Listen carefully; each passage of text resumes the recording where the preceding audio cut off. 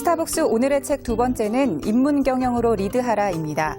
인문학의 15개 테마를 조직 경영 관점에서 4가지 시각인 리더십, 통찰, 성찰, 전망으로 나눠 집중 조명한 신동기 소장의 통찰 경영 시리즈 1권인데요. 인문학 분야 중 역사를 채택해 오늘날 리더들이 갖춰야 할 필수 소양을 이야기를 풀어내듯 쉽고 재미있게 정리했습니다.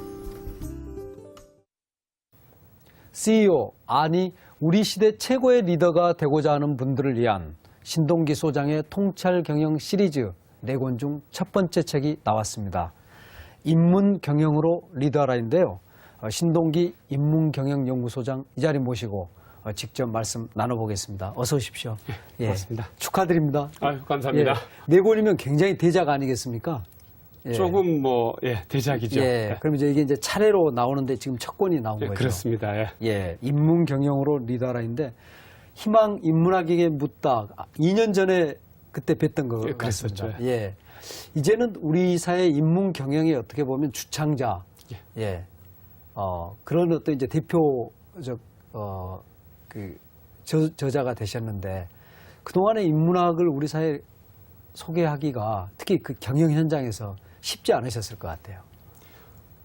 예, 쉽지 않은 부분도 있고, 하지만 이제 과거 몇 년 전에 비해서는 굉장히 많이 이렇게 좀 쉬워졌다고 이제 생각이 듭니다. 아, 예. 일단 기업의 그 최고 경영자분들께서 어떤 노동의 성격이 변하고, 그 다음에 어떤 경제 활동의 성격이 변하면서 인문학이 분명히 생산성 향상에 기여를 하고 또 조직 관리라든지 또 사람 관리에 도움이 된다고 이렇게 생각하는 분들이 많이 늘어난 것 같습니다.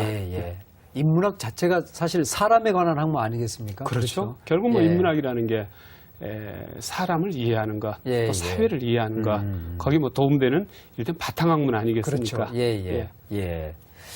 이번에 이제 4권으로 준비를 하고 계시는데 어떤 체제를 갖추게 됩니까? 제가 지난번 이제 희망 인문학에게 묻다라는 이제 저서에서 이제 인문학 틀을 제시를 했습니다. 근데 인문학 틀을 제시하는데 거기서 15가지 테마를 이제 독자분들한테 이제 제시를 하고 있습니다.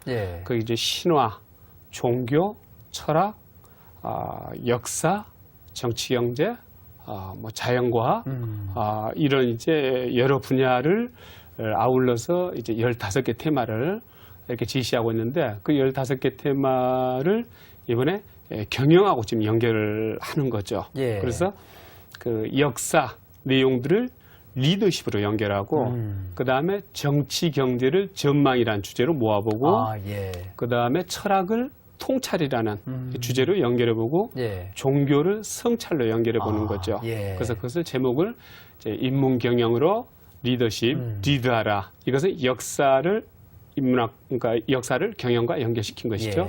그다음에 인문 경영으로 전망하라. 정치 경제이고, 그다음 인문 경영으로 통찰하라.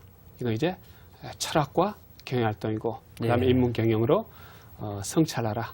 개인의 이제 성찰, 종교를 바탕에서 좀 정리하는 내용들입니다. 그러니까 4권이 이제 앞으로 시리즈로 이번에 첫 권 나왔고, 이제 3권이 시리즈로 나오겠습니다.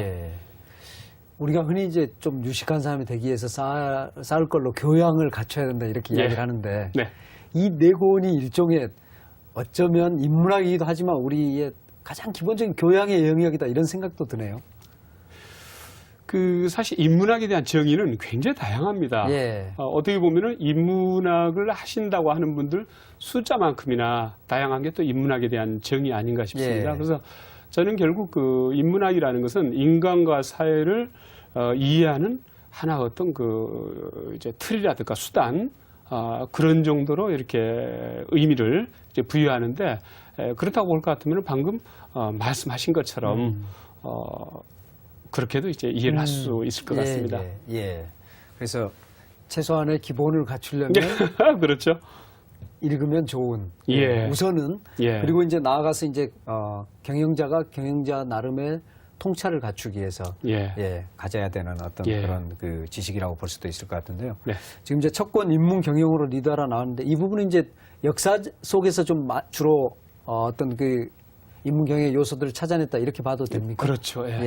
역사 내용들하고 연결을 했는데 15개 테마에 들어가 있는 역사들이 이제 로마 제국사, 예. 중국 고대사, 뭐 우리나라 역사 당연히 들어가 있고, 그 다음에 뭐 지금까지도 가까운 이웃 나라로서 갈등도 있었고 서로 또 아주 우호적인 때도 있었고 한 이제 일본 예. 역사 아주 중요하죠. 예. 근데 앞으로도 그런 관계들이 계속 유지되지 않겠습니까? 예. 그 다음에 오늘날 21세기 이제 국가에서 중요한 이제 기둥이 정치, 경제, 문화라고 볼 수가 있는데 정치하면은 이제 민주주의, 뭐 경제하면 자본주의, 예. 문화하면은 언어, 또 언어 중에서 가장 많이 쓰인 게 영어 이렇게 되는데 예. 그런 민주주의나 자본주의 이런 것들이 영국에서 영국 역사에서 많이 이제 어떤 만들어진 거죠. 그래서 영국사 이제 그 내용들을 중심으로 해서 꾸미면서 거기에 뭐 이제 베트남사라든지 이런 것도 좀 들어가 있고 그래서 가급적이면은 동서 균형적으로 그다음에 어떤 고금의 역사들을 두루두루 좀 아울러서 지금의 어떤 조직 경영이라든지 어떤 사람 경영 이런 것하고 연결하려고 노력을 해봤습니다. 예. 중국의 역사는 어떻습니까? 지금 이 책 속에서는 중국의 역사 부분은 중국의 역사는 아무래도 이제 고사성어라든지 이런 걸 통해서 우리한테 익숙한 것들이 주로 춘추 전국 시대죠. 근데 제가 이제 중국 역사에 대해서 이제 춘추 전국 시대도 중요하고 또 그 뒤로 이제 삼국지가 위촉오가 있었던 삼국시 시대부터 이제 삼국지 그 시대부터 시작해가지고 이제 남북조 시대라 그러죠. 위진 남북조 시대 수나라가 통일하기 전까지요. 그때는 굉장히 혼란 시기였죠. 그런 시기들도 왜 그때 그렇게 혼란 시기였는지 한번 음미해볼 필요가 있고. 그다음에 또 하나 이제 뭐 우리나라 역사, 일본 역사와 함께 제가 살펴보는 이 꼭지를 별도로 이제 두었습니다만은 일본이나 우리나라에 비해서 훨씬 문명적으로 뭐 두 나라뿐만이 아니죠. 유럽에 비해서도 훨씬 문명적으로 아주 대단했던 그렇습니다. 중국이 왜 근대화 그 시기 때 그렇게 몰락할 수밖에 없었는지. 그다음에 중국에서 직접 또는 우리나라를 경유해서 문화를 받아들이고 그런 그 기술을 전수받은 그 일본이 그 짧은 시간에 어떻게 그렇게 부상할 수 있었는지. 아시아의 강자. 그렇죠. 지금 이제 뭐 세계 3위의 경제대국, 2위의 경제대국. 그렇죠. 뭐 여전히 대국이죠. 그렇죠. 그래서 그런 부분들을 중국, 일본, 우리나라 3국을 이렇게 비교해 가면서 좀 정리해 보기도 하고 그랬었습니다. 그렇군요. 이 21세기 경영에서 이제 역사가 던지는 화두와 결합해서 인문 경영의 내용으로 11가지 화두를 던지셨어요. 보면 이제 아주 그냥 경영에서 사실은 직접적인 그 요소들입니다. 그렇습니다. 성과 창출, 창의성, 혁신, 또 윤리 경영, 뭐 정보와 타이밍을 어떻게 쓸 것인가, 또 개방성과 다양성이 조직에 어떤 영향을 미칠 것인가. 그렇습니다. 또 도전, 후계자 양성. 후계자 양성이 참 저는 우리 경영하시는 분들한테 굉장히 좀 중요한 요소가 되겠다. 그다음 이제 사회적인 어떤 책임과 연관된 노블리스 오블리제. 그리고 또 여론의 중요성. 심지어는 이제 그 역사 속에 보급. 보급까지도 다루셨죠. 그렇죠. 사실은 그게 보이지 않는 그 회사 내에서도 어떤 행정, 지원, 복지 이런 것과 이제 연관이 있겠다. 그렇죠. 전쟁이라면 이제 병참이라고 흔히 이야기하는 그런 부분이죠. 병참이죠. 이 대표적인 좀 주제에 대해서 우선 좀 말씀을 해주시면 좋을 것 같습니다. 아무튼 제가 그 선정한 이제 11가지 방금 말씀하신 뭐 성과 창출이라든지 혁신이라든지 도전이라든지 이런 것은 지금 기업들이 가지고 있는 가장 어떤 그 근본적으로 고민하는 그런 테마들입니다. 근데 그런 테마들에 대해서 아주 속 시원히 바로 이거다 하고 제가 답변을 줄 수 있으면은 제가 얼마나 대단한 사람이겠습니까? 이제 그건 아니고. 또 인문학은 직접적 답변은 아니죠. 그렇죠. 그 직접적인 답변이 존재하기도 어렵고 또 인문학에서 그걸 또 찾는다는 게 좀 적당치는 않고요. 이제 그렇지만은 결국 그 지금까지 그러니까 조직 경영을 하는 것이라는 그 본질에 있어서는 예전에 어떤 국가 경영이든지 어떤 전쟁이라든지 그다음에 오늘날 어떤 기업 경영, 국가 경영하고 다를 것이 없거든요. 그래서 결국 제가 이제 이 큰 이제 틀은 뭐냐면 지금 통찰 경영이라는 큰 틀을 가지고 하는데 결국 통찰 경영이라는 게 지금 우리가 가지고 있는 어떤 경영 기법들이 너무나 어떤 단말적이고 너무나 테크닉 또는 기법 중심적인 그런 것들인데 그런 내용들이 충분히 현장의 어떤 변화들이나 이런 것들을 제대로 어떤 답변을 주지 못하는 부분들이 있다는 이야기죠. 그래서 결국 역사 속에서 지금 그 기업들을 고민하고 있는 중요 그런 그 테마들을 역사 속에서는 리더들이 어떻게 다루었는지 이런 것들을 한번 살펴봄으로써 거기에서 좀 이제 힌트를 얻고 좀 할 수 있지 않을까 해서 그렇게 정리를 해봤습니다. 그래서 이 내용 중에서 예를 들어서 무슨 뭐 여론의 중요성 이런 거에 대해서는 다른 데서는 그렇게 많이 이제 다루지 않는 그래서 좀 독특한 포인트입니다. 주제거든요. 근데 저는 이제 어떤 생각을 하냐면요. 21세기는 정치가 경제화되고 경제가 정치화돼 가고 있다고 제가 다른 이제 저술에서 좀 주장한 바가 있습니다. 그 이야기는 뭐냐면 정치는 이제 여론을 항상 살피는 거죠. 그리고 이제 경제는 열심히 활동을 해서 이익만 추구하면 된다는 이야기죠. 근데 지금 정치인들이 가장 고민하는 게 뭐냐면은 고용 문제, 실업, 경기가 얼마나 좋아질 것인가. 그거에 따라서 정치가 요동치거든요. 그래서 그렇죠. 정치인들이 가장 지금 중요하게 생각하는 화두는 경제입니다. 거꾸로 경제 쪽은 어떻게 되냐면은 정치화 돼가고 있다는 이야기죠. 요즘 이제 스테이크 홀더라 그러죠. 이해관계자라 그러죠. 그렇죠. 예전 같으면 그냥 종업원들, 그러니까 소비자 이 정도만 생각하면 됐는데 주주 뭐 이런 정도. 그렇죠. 주주. 그렇게 생각하면 되는데 지금은 그 기업 주변에 그렇네요. 그 이해관계자들이 그 기업을 어떻게 생각하느냐에 따라 가지고 하루아침에 제품이 전혀 안 팔릴 수도 있고 특히 어떤 위기 상황 때는 큰 우군이 될 수도 있고 맞습니다. 적군이 될 수도 있고 그래서 여론, 기업에서도 그 여론이라는 것을 굉장히 중요한 포인트로 생각해야 된다는 이야기죠. 사회와의 소통이 기업한테 굉장히 중요한, 굉장히 중요해진 겁니다. 그런 말씀이시죠. 인터넷 등장하고 하면서 그렇죠. 맞습니다. 그랬다고 생각이 듭니다. 책의 그 앞부분에 나오는 재미있는 이야기가 로마는 하루아침에 만들어지지 않았다 그 대목에서 제대로 된 선비 하나 나오는데도 3대가 걸린다 이런 말씀하셨거든요. 아마 기업 경영 하시는 분들 특히 이제 자기 당대 경영을 제대로 이제 성공시킨 분들이 이 다음 때 또 그 다음 때를 생각하는 분들한테 굉장히 시사점이 클 것 같거든요. 제가 그 부분에서는 어떤 부분을 좀 이제 강조하고 싶어서 그러냐면은 특히 이제 우리나라 어떤 CEO라든지 아니면 이제 조직의 리더들이 자기 당대에 그 많은 것을 이렇게 이루려고 합니다. 근데 제가 이제 3대라는 말을 그렇게 강조한 것은 이제 공자님이 말씀하셨던 비록 왕자 아주 현명한 이가 있다고 할지라도 그 당대에는 그렇게 성과를 크게 보지는 못할 것이다. 이제 이런 틀로 이제 말씀을 하셨는데 3대 또는 3단계로 어떤 그 다져지는 부분들이 많습니다. 역사에서 보면은 중국 역사에서 가장 오래된 왕조는 이제 주왕조입니다. 주나라. 그래서 BC 한 1100년 무렵에 건국이 돼가지고 BC 221년에 이제 진시황제 진나라가 세워졌으니까 900년 갔는데 그 주나라 같은 경우도 이제 고공담보라는 인물이 있죠. 그래서 고공담보라는 인물의 손자가 서백창입니다. 그러니까 서백창의 아들이 무왕인 거죠. 그래서 이제 고공담보 때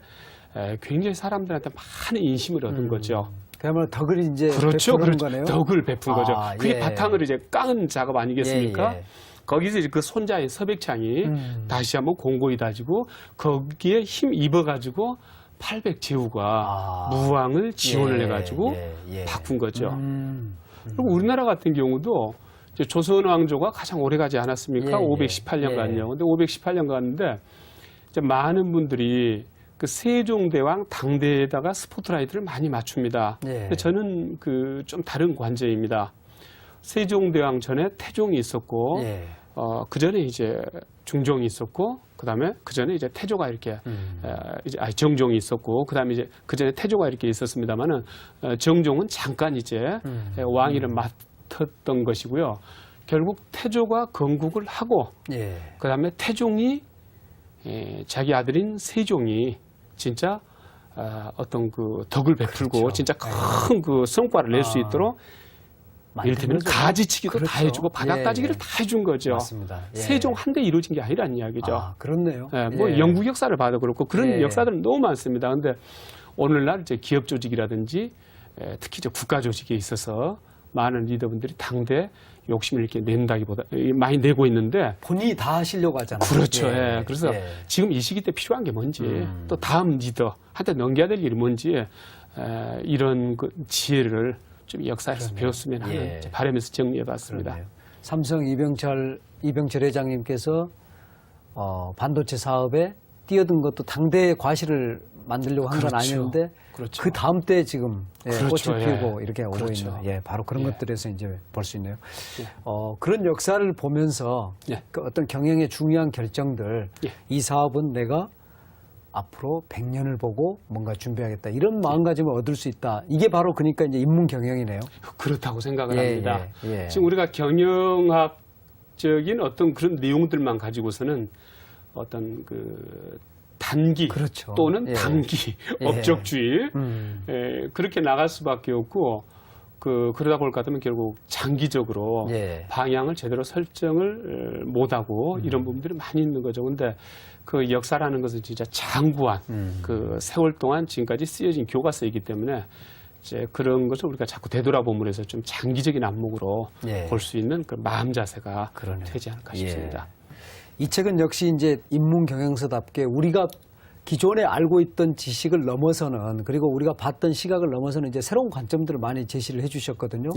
그러면서 역시 신동기 교수님이 우리 인문 경영에 관한 한 최고의 전문가시구나 이런 느낌을 많이 받았는데 과찬이십니다.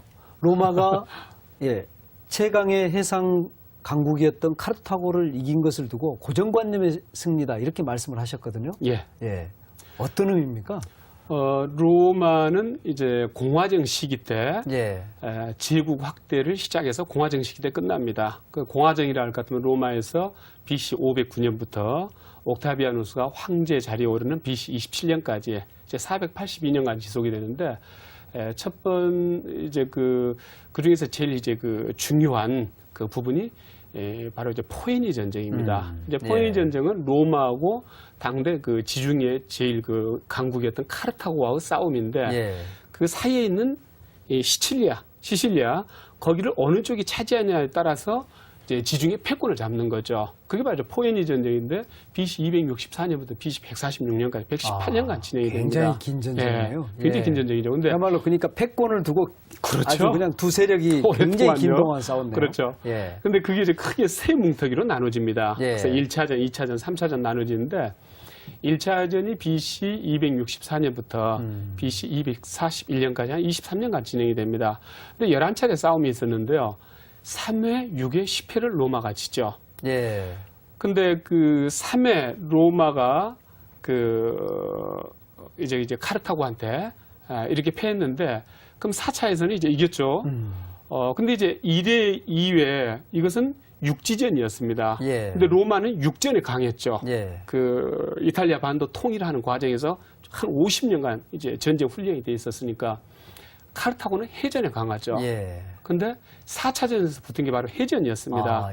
근데 3차전 때 그 해전 담당 이제 그 집정관이 스키피오였어요. 근데 3차전에서 이제 포로로 잡혀가지고 이 4차전에서 해군 담당 집정관을 다시 뽑아야 되는데 이 로마에서는 어떻게 했냐면은 육군 담당 집정관인 두일리우스한테 그대로 겸직을 시킨 거예요.